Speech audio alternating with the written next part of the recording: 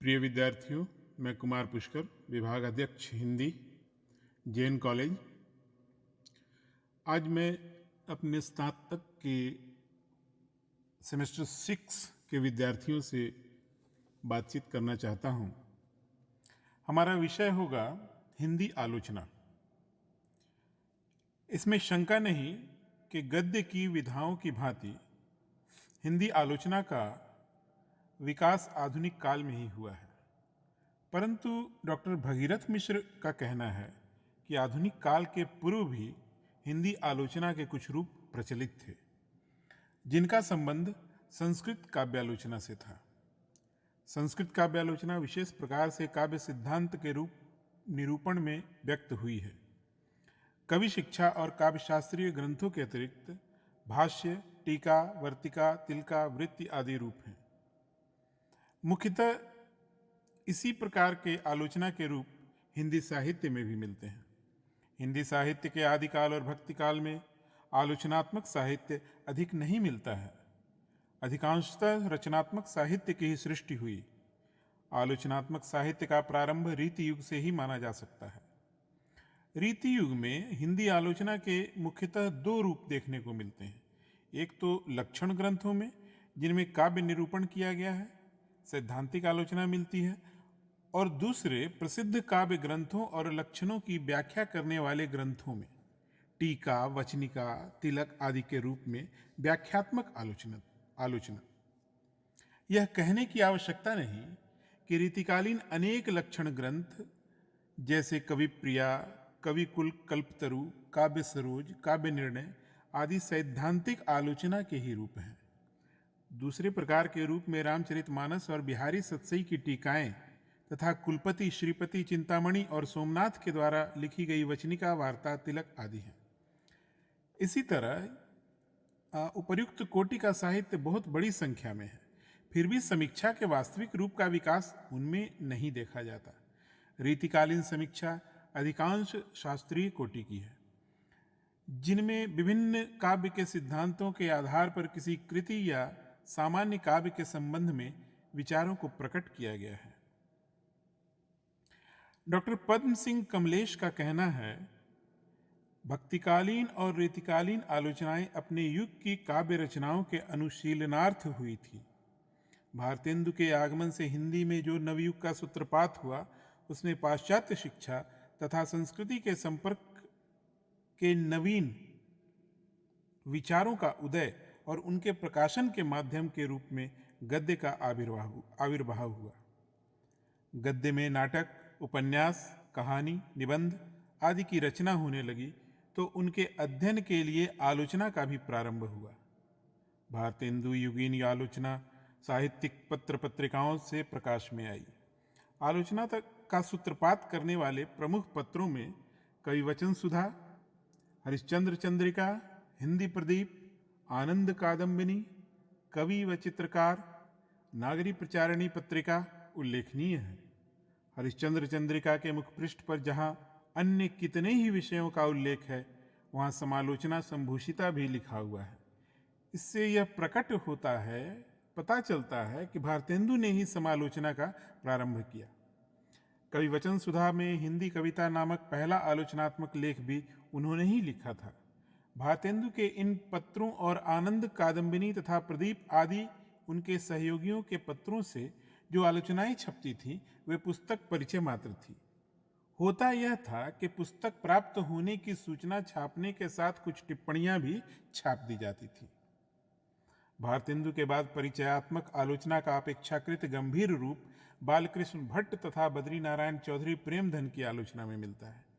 इन दोनों ने सन 1880 में लाला श्रीनिवास दास के संयोगिता स्वयंवर की आलोचना क्रमशः हिंदी प्रदीप और आनंद कादंबिनी में की थी। आनंद कादंबिनी की आलोचना में आलोच्य कृति की त्रुटियों की ओर संकेत के साथ साथ स्वाभाविकता और गंभीरता की रक्षा करने का प्रयत्न परिलक्षित होता है। अन्य पत्रकार भट्ट जी और प्रेमधन जी के अनुसरण पर ही आलोचनाएं लिखा करते थे। इस व्यावहारिक आलोचना के परिचयात्मक रूप के अतिरिक्त सैद्धांतिक आलोचना का सूत्रपात भारतेंदु ने अपने नाटक निबंध से किया। जिसका उद्देश्य युगानुकूल नाटक रचना के सिद्धांतों का प्रतिपादन करके तत्कालीन नाटककारों को श्रेष्ठ नाटक लिखने के लिए प्रेरित करना था। भारतेंदु युग पर रीतिकाल का प्रभाव होने से इस काल की आलोचना में पांडित्य प्रदर्शन की झलक भी दिखाई पड़ती है। इतना होने पर भी आलोचना का निश्चित आदर्श भारतेंदु युग के लेखकों के सामने नहीं था।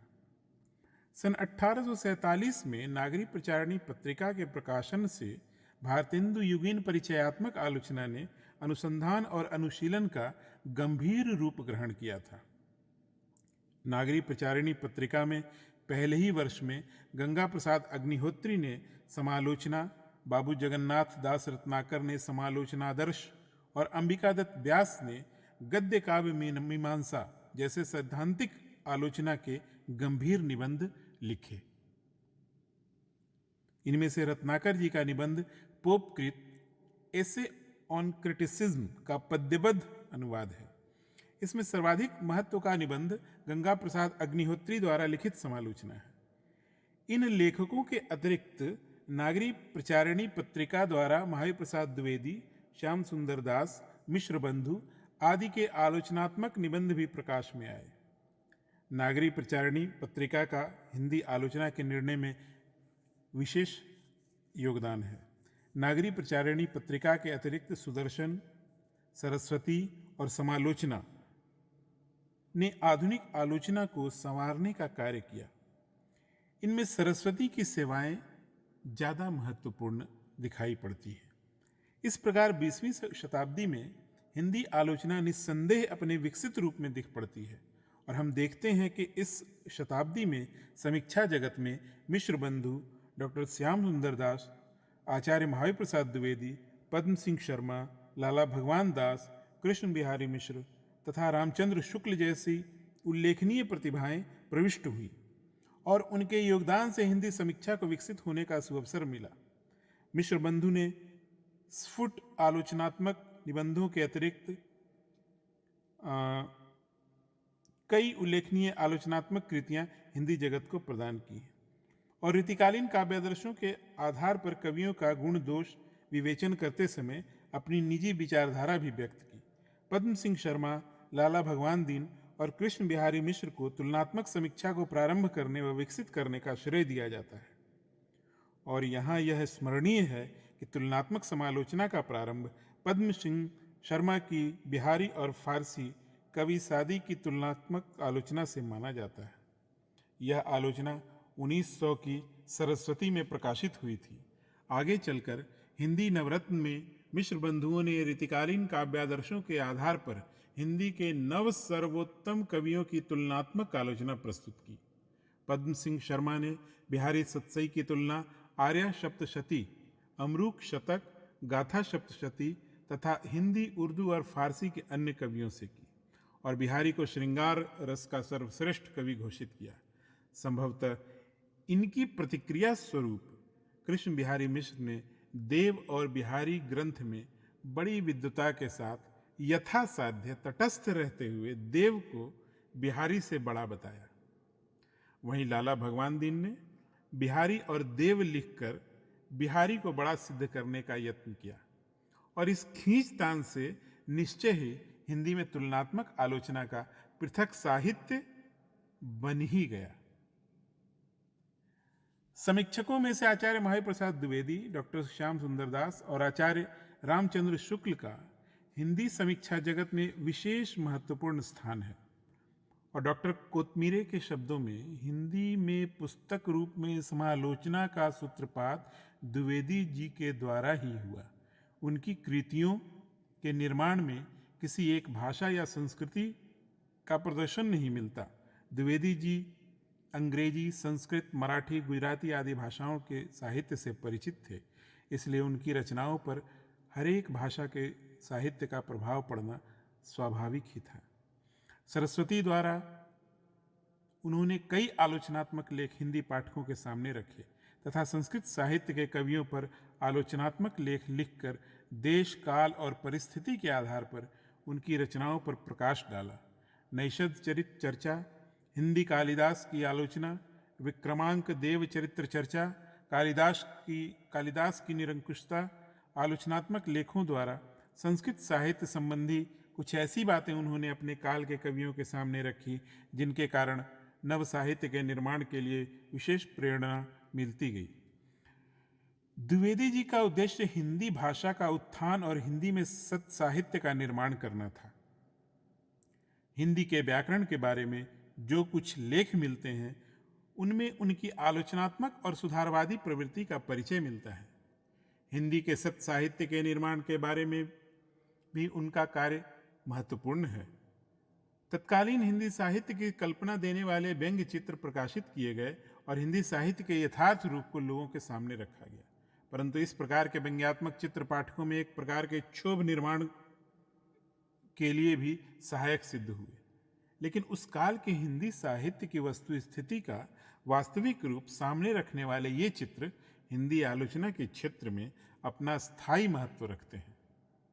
यद्यपि डॉक्टर श्याम सुंदर दास ने व्याख्यात्मक आलोचनाएं भी लिखी हैं, परंतु हिंदी समीक्षा जगत में उनका विशेष महत्व उनकी साहित्यालोचन नामक कृति के फलस्वरूप है और उनके इस ग्रंथ में साहित्य संबंधी कुछ सैद्धांतिक व्याख्याएं की गई थीं और नाटक, उपन्यास, कहानी आदि साहित्यांगों का स्वरूप निर्देश करते हुए निबंध लिखे गए थे, जिनका बड़ा ही मार्मिक प्रभाव हिंदी आलोचना पर पड़ा।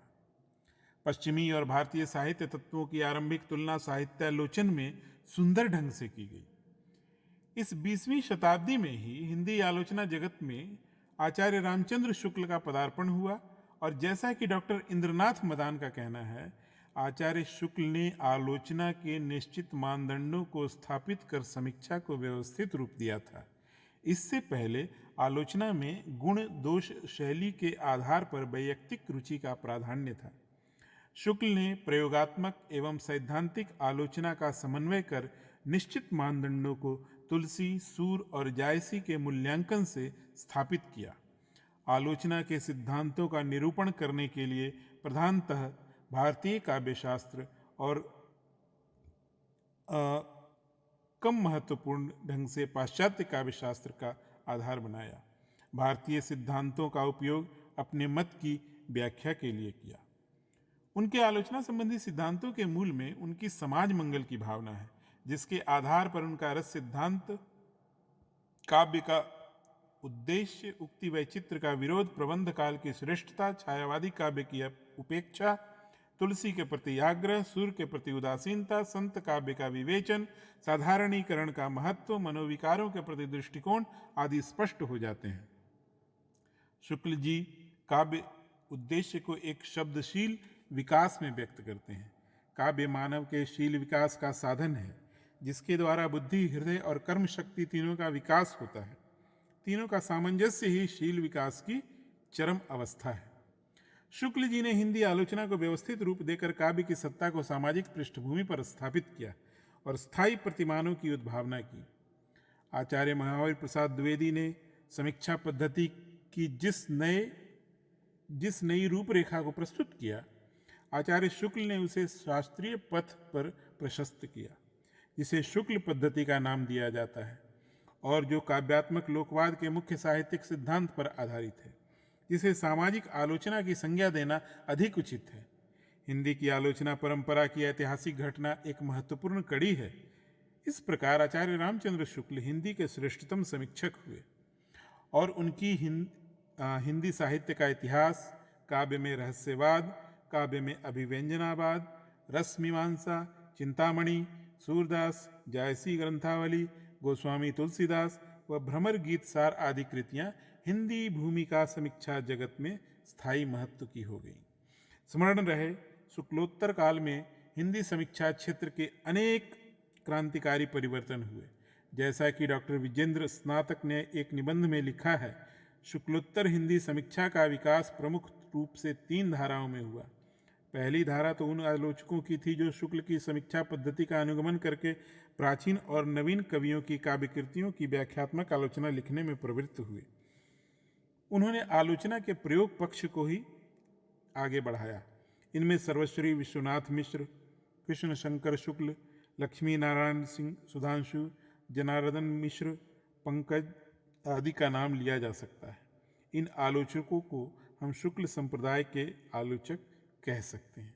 दूसरी धारा में हम उन छायावादी आलोचकों को रखते हैं जिन्होंने आत्मपरक शैली में के काव्य मीमांसा का बीड़ा उठाया और आलोचना के प्रभाववादी ढंग को प्रचलित किया। शांति प्रिय द्विवेदी, मोहनलाल महतो वियोगी आदि कतिपय आलोचक इस कोटि में आते हैं। काव्य के सौंदर्य पक्ष को इन लोगों ने काव्यमयी भाषा में व्यक्त किया और पाठक की चेतना विस्मय विमुग्ध होकर रह गई। तीसरी धारा में वे प्रगतिशील आलोचक हैं जो मार्क्सवाद के आधार पर सामाजिक तथा आर्थिक मूल्यों की तुलना पर साहित्य को तौलने में समीक्षा की उपादेयता स्वीकार करते हैं। भौतिक जीवन दर्शन को साहित्यिक जीवन दर्शन से मिलाकर देखने की अभिनव दृष्टि इन आलोचकों से मिली। रूढ़ सिद्धांतों से पीछा छुड़ाने का भी इस कोटि की समीक्षा में आग्रह रहा है। रामविलास शर्मा, प्रकाश चंद्र गुप्त, शिवनंदन सिंह चौहान सरीखे लेखकों को उनका उन्नायक कहा जा सकता है। इन तीन धाराओं के साथ ही किंतु इनमें सबसे अधिक प्राणवान उस स्वतंत्र कोटि के विचारक भी समीक्षा क्षेत्र में अवतरित हुए। यथार्थ में शुक्लोत्तर समीक्षा को इन्हीं आलोचकों ने आगे बढ़ाया। युग की संवेदनाओं को ग्रहण करके तथा रचयिता की मानसिक स्थिति वैज्ञानिक उहापोह द्वारा इन समीक्षकों ने आलोचना में नवीन चेतना का संचार किया। इनमें हजारी प्रसाद द्विवेदी, नंदुलारे वाजपेयी, बाबू गुलाब राय, रामचंद्र शुक्ल, डॉक्टर नगेंद्र, डॉक्टर सत्येंद्र आदि के नाम उल्लेखनीय हैं। इन्हीं आलोचकों की विशेषता रही है कि इन्होंने भारतीय काव्यशास्त्र की आधारभूत मान्यताओं को पृष्ठभूमि में रखकर वस्तुपरक विवेचन किए। अपनी अभिरुचि या पूर्वाग्रह इनकी दृष्टि का विरोध नहीं कर सकी और वैयक्तिक आदर्शों को भी सार्वभौम सिद्धांत बनाने का आग्रह प्रकट नहीं किया गया। इतना ही नहीं, वैज्ञानिक अनुसंधान एवं अध्ययन, स्वच्छंदतावादी आलोचना, मनोविश्लेषणात्मक आलोचना, ऐतिहासिक आलोचना व चरित्रमूलक समीक्षा आदि आलोचना के अन्य प्रकार भी आधुनिक समीक्षा जगत में दिख पड़ते हैं। वैज्ञानिक अनुसंधान एवं अध्ययन का सूत्रपात विश्वविद्यालयों में पीएचडी, एमफिल और डीलिट के लिए प्रस्तुत होने वाले शोध प्रबंधों के साथ हुआ और इस दशा में doctor Pitambar Dutt Barthwal, doctor Jagannath Prasad Sharma, doctor Rasal, doctor Baldev Prasad Mishra, doctor Indranath Madan, doctor Mata Prasad Gupta, doctor Lakshmi Sagar Varshney, Shri Krishnalal, doctor Uday Bhanu Singh, doctor Bhagirath Mishra, doctor Brajeshwar Verma, doctor Vipin Bihari Trivedi, doctor Bhagwat Swaroop Mishra, doctor Jagdish गुप्त, डॉक्टर ओम प्रकाश आदि के नाम उल्लेखनीय हैं। स्वच्छंदतावादी आलोचना हिंदी साहित्य में छायावादी कृतियों के मूल्यांकन के प्रयत्न में प्रस्तुत हुई और प्रसाद, पंत, निराला, महादेवी ने स्वयं अपनी रचनाओं की भूमिका में काव्य की स्वतंत्र सत्ता और उसमें अंतर्निहित सौंदर्य की ओर संकेत किया। इन कवियों के अतिरिक्त गंगा प्रसाद पांडे, इलाचंद्र जोशी, रामनाथ सुमन और विश्वंभर मानव उल्लेखनीय हैं। स्मरणीय है कि डॉक्टर विजेंद्र स्नातक ने जिसे प्रभाववादी समीक्षा कहा है, यह वास्तव में सौष्ठववादी समीक्षा ही जान पड़ती है। डॉक्टर नरेंद्र, इलाचंद्र जोशी और अज्ञेय मनोविश्लेषणात्मक समीक्षक कहलाते हैं तथा विश्वनाथ प्रसाद मिश्र, डॉक्टर हजारी प्रसाद द्विवेदी, डॉक्टर नामवर सिंह की कतिपय कृतियों एवं निबंधों में ऐतिहासिक समीक्षा पद्धति के भी सुंदर उदाहरण दिख पड़ते हैं। इसी प्रकार मंगला प्रसाद पांडे की कृति महापुराण निराला चरित्रमूलक आलोचना पद्धति की रचना है। अतः हम कह सकते हैं समग्र रूप से कि हिंदी आलोचना विकासोन्मुख है। वह धीरे धीरे प्रगति के पथ पर अग्रसर हो रही है तथा उपयुक्त समीक्षकों के साथ साथ Padumlal Punnalal Bakshi, doctor Triloki Narayan Dixit, doctor Ramchandra Mahendra, doctor Dharamvir Bharati, doctor Vinay Mohan Sharma, doctor Gopinath Tiwari, Amrit Rai, doctor Suryakant Shastri, doctor Ram Ratan Bhatnagar, doctor Sarnam Singh Sharma आदि समालोचक इसके विकास में अपना योगदान दे रहे हैं। इससे स्पष्ट हो जाता है कि हिंदी समीक्षा का भविष्य निर्विवाद रूप से उज्जवल है। विद्यार्थियों, यह था हिंदी आलोचना का विकास। आप लोग इससे लाभान्वित हुए होंगे, ऐसी आशा है। धन्यवाद।